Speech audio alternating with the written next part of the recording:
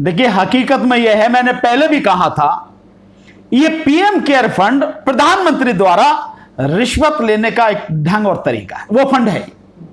ये शब्द बड़े कड़वे लगेंगे, लेकिन हकीकत यही है।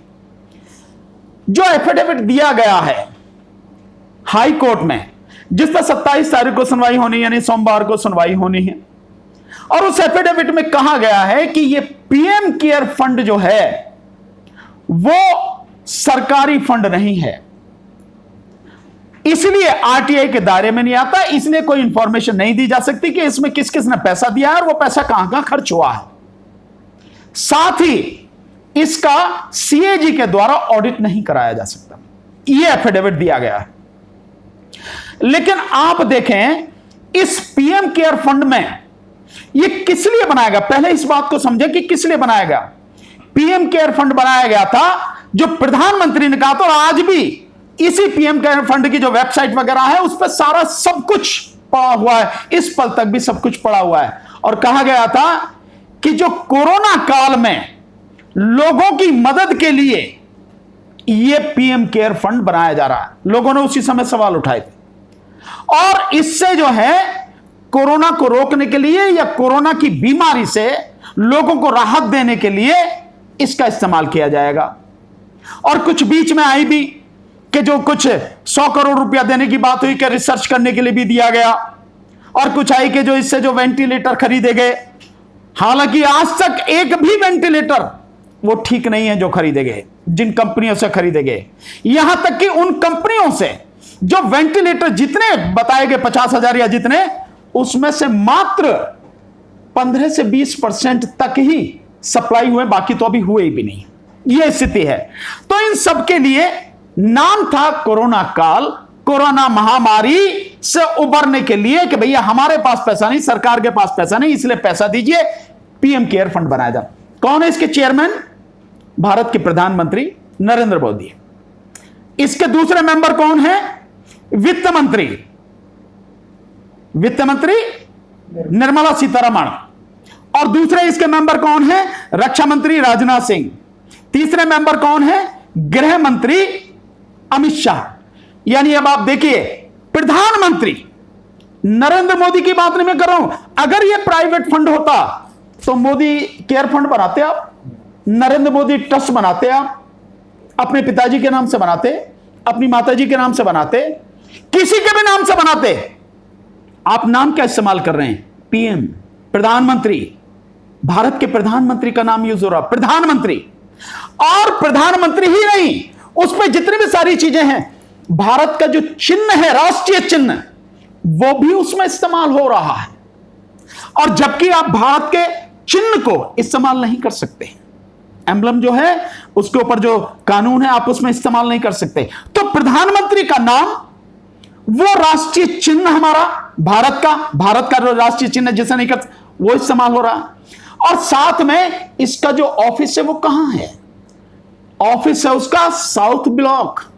यानी प्रधानमंत्री का जो कार्यालय है वो नरेंद्र मोदी का कार्यालय नहीं है, वो अमित शाह का कार्यालय नहीं है, वो वित्त मंत्री का उसका निर्मला सीतारमण का कार्यालय नहीं है, वो राजनाथ का कार्यालय नहीं है, वो है प्रधानमंत्री, भारत के प्रधानमंत्री का कार्यालय साउथ ब्लॉक। आज तक भी वो इस्तेमाल किया जा रहा, वो है उसका पता। जो ईमेल, जो साइट यूज की जा रही है, जो साइट यूज की जा रही है, वो है pmcare.gov.in, यानी गवर्नमेंट की साइट जिसका अधिकार गवर्नमेंट के पास में है, आप उसे यूज कर रहे हैं। और यही नहीं, जितने भी कर्मचारी इसको डील कर रहे हैं वो सारे के सारे मोदी के कर्मचारी नहीं हैं, बीजेपी के कर्मचारी नहीं है, वो आरएसएस के कर्मचारी नहीं है, वो है भारत के प्रधानमंत्री कार्यालय के कर्मचारी, प्राइम मिनिस्टर्स ऑफिस के कर्मचारी। उनको जो पैसा दिए जाते हैं नरेंद्र मोदी की जेब से नहीं दिए जाते, अमित शाह की जेब से नहीं दिए जाते, वो उनके नौकर नहीं हैं, वो निर्मला सीतारमण या राजनाथ सिंह की जेब से नहीं दिए जाते, वो भारत के जो टैक्स पेयर का पैसा है, भारत सरकार, उनके पैसे से उन्हें तनख्वाह दी जाती है। आप समझ रहे हैं इसको?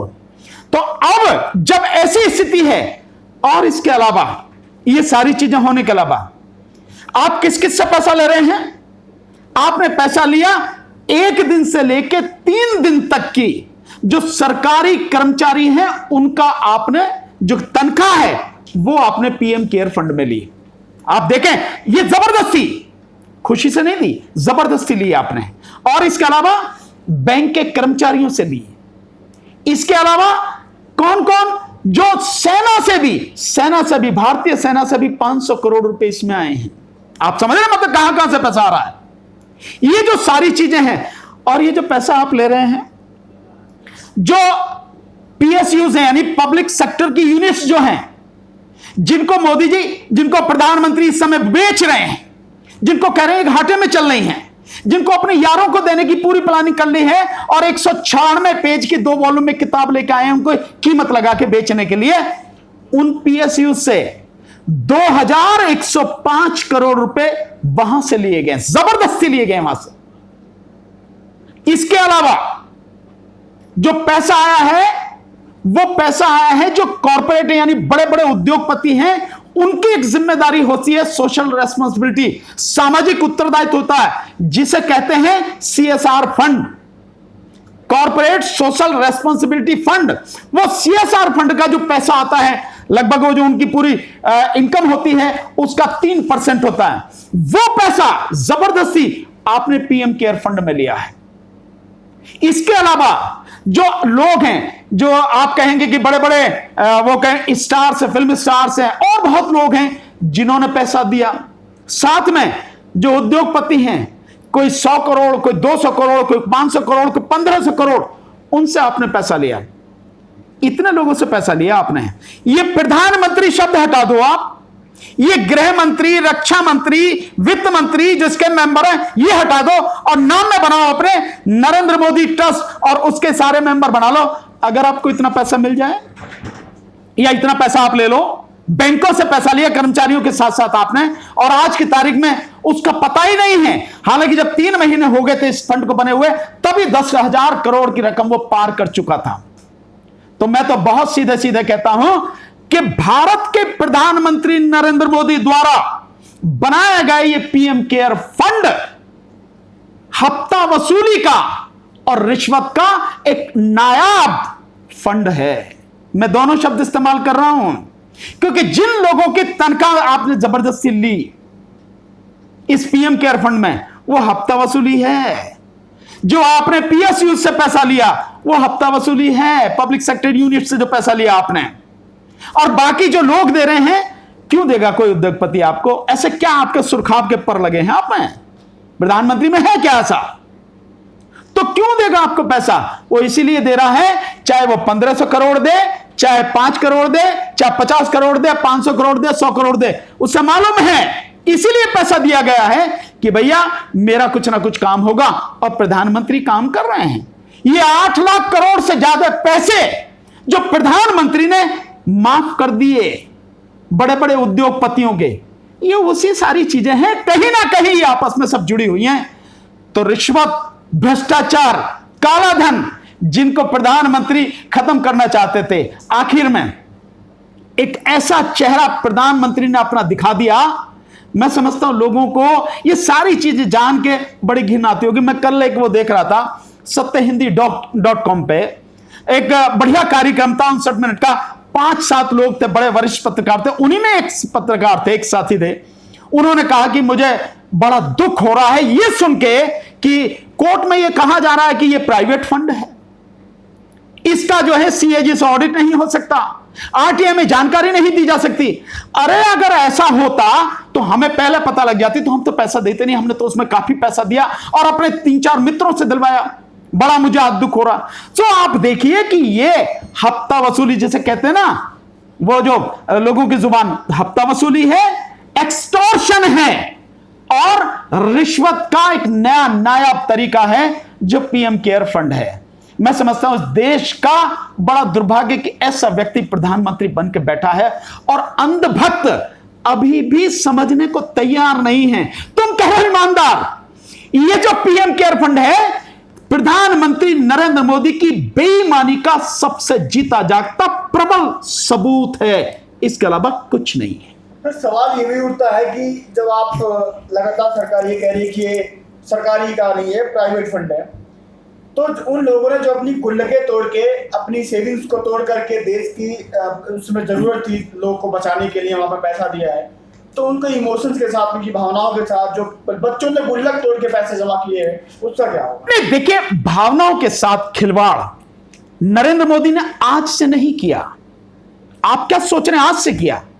पहले ही दिन से इस देश की भोली भाली जनता की भावनाओं से प्रधानमंत्री नरेंद्र मोदी ने खिलवाड़ किया। वो 15 लाख से 20 लाख रुपए आने की बात खाते में आ जाएंगे, क्या वो लोगों की भावनाओं से खिलवाड़ नहीं था? जब नोटबंदी की गई और नोटबंदी में कहा गया कि आतंकवाद खत्म हो जाएगा, काला धन खत्म हो जाएगा, नकली नोट खत्म हो जाएंगे, भ्रष्टाचार खत्म हो जाएगा, हुआ कुछ नहीं हुआ। तो क्या लोगों की भावनाओं से खिलवाड़ नहीं था? लोगों को 2 करोड़ युवाओं को 2 करोड़ नौकरियां प्रतिवर्ष देने का जो वादा किया था, क्या वो लोगों की भावनाओं से खिलवाड़ नहीं था? क्या किसानों की आमदनी दुगनी करने की बात कही गई और उनकी आमदनी आज की तारीख में 35% घट चुकी है? क्या लोगों की भावनाओं से खिलवाड़ नहीं है? वो मजदूरों की स्थिति सुधारने की बात की और मजदूरों की स्थिति बद से बदतर हो गई। उनके समर्थन में जितने कानून थे सारे तबाह कर दिए गए और अब तो यह आ रहा है कि 1 अक्टूबर से 12 घंटे काम मजदूरों से लिया जाएगा। 1 अक्टूबर से वो लागू होने की बात हो रही है। क्या लोगों की भावनाओं से खिलवाड़ नहीं है? बेटी बचाओ बेटी पढ़ाओ की बात कर रहे हैं और बेटियों की क्या हालत हो गई इसी शासनकाल में? क्या लोगों की भावनाओं से खिलवाड़ नहीं है? सब प्रधानमंत्री नरेंद्र मोदी ने आज नहीं हमेशा देश के लोगों की भावनाओं से खिलवाड़ किया। आधार कार्ड का विरोध किया, आधार सब में लागू कर दिया। एफडीआई का विरोध किया, 100% एफडीआई कर दी। इससे पहले जो सरकार थी उसने तो 49 पे ही, बल्कि उससे नीचे ही रोक लिया था, 49 से आगे जाने ही नहीं दिया। आपने 100% कर दिया डिफेंस के क्षेत्र में। क्या यह खिलवाड़ नहीं है? लोगों की भावना से खिलवाड़ नहीं है? क्या आप जो कर रहे हैं वो सारी चीज तो प्रधानमंत्री नरेंद्र मोदी भावनाओं से, और यह कहना जब नोटबंदी के समय जबरदस्त तरीके से विरोध हुआ, रोना आंसू निकालना, जो आंसू अभी भी निकाले गए, 3-4 बार निकाले गए, ये सब क्या है? ये लोगों की भावनाओं से खिलवाड़ है ये। और ये क्या है? खिलवाड़ नहीं है क्या? मुंह समझ रखा है इस देश के लोगों को कि पिछले 3 साल से लाल किले पर भाषण देते हुए प्रधानमंत्री कह रहे हैं 100 लाख करोड़ की इंफ्रास्ट्रक्चर के लिए योजनाएं बनाएगी, लाखों लोगों को रोजगार मिलेगा। 100 लाख करोड़ 3 साल से यह चल रहा है। 100 लाख करोड़ और 6 लाख करोड़ 4 साल में इकट्ठे करने के लिए पूरे देश को बेच रहे हो आप। जो लाए 196 पेज की, अभी जैसे किताबों का जिक्र किया मैंने 2 वॉल्यूम में, उसमें लिखा है ना कि कौन सी चीज कितने दाम में बेची जाएगी, कौन सी कितने में बेची जाएगी, और ये 4 साल में, यानी 4 साल में पूरे देश को बेच के आप 6 लाख करोड़ रुपए इकट्ठा करने की बात कर रहे हैं और 100 लाख करोड़ का लोगों को एक झुंझुना पकड़ा रहे हो, जैसा इस कोरोना महामारी के समय में 20 लाख करोड़ का झुंझुना पकड़ाया। आप देखें सर, सवाल ये उठता है, भगवान न करे ऐसी महामारी देश में दोबारा आए, लेकिन अगर ऐसे समय में कुछ दोबारा ऐसी घटनाएं होती हैं तो जो लोग एक दूसरे का साथ देने के लिए ऐसा कोई बनाया जाता है ट्रस्ट बैंक सरकार के द्वारा, वहां पर पैसे जमा करते हैं, तो अगर सरकार की जवाबदेही ऐसे तय होती है तो अगली बार से लोग पैसे नहीं देंगे, तो इसको कैसे देखते हैं? देखिए, मैं तो इस विषय में है, ये एक बड़ी, जिस व्यक्ति ने भी रिट फाइल की है और इस समय माननीय उच्च न्यायालय के सामने है, हाई कोर्ट के सामने है, मैं समझता हूं सारी चीजों को ध्यान में रखते हुए, उन मासूम बच्चों की भावनाओं को ध्यान में रखते हुए जिन्होंने अपनी गुल्लक फोड़कर उसमें जो भी पैसा था, वो रुपया पैसा जो भी था, उस सबको पीएम केयर फंड में दिया। बहुत लोगों ने अपना मतलब पेट काट के भी लोगों की भलाई के लिए दिया। ऐसे इस देश में नहीं, दुनिया में लोगों की भलाई चाहने वाले, करने वाले बहुत लोग हैं।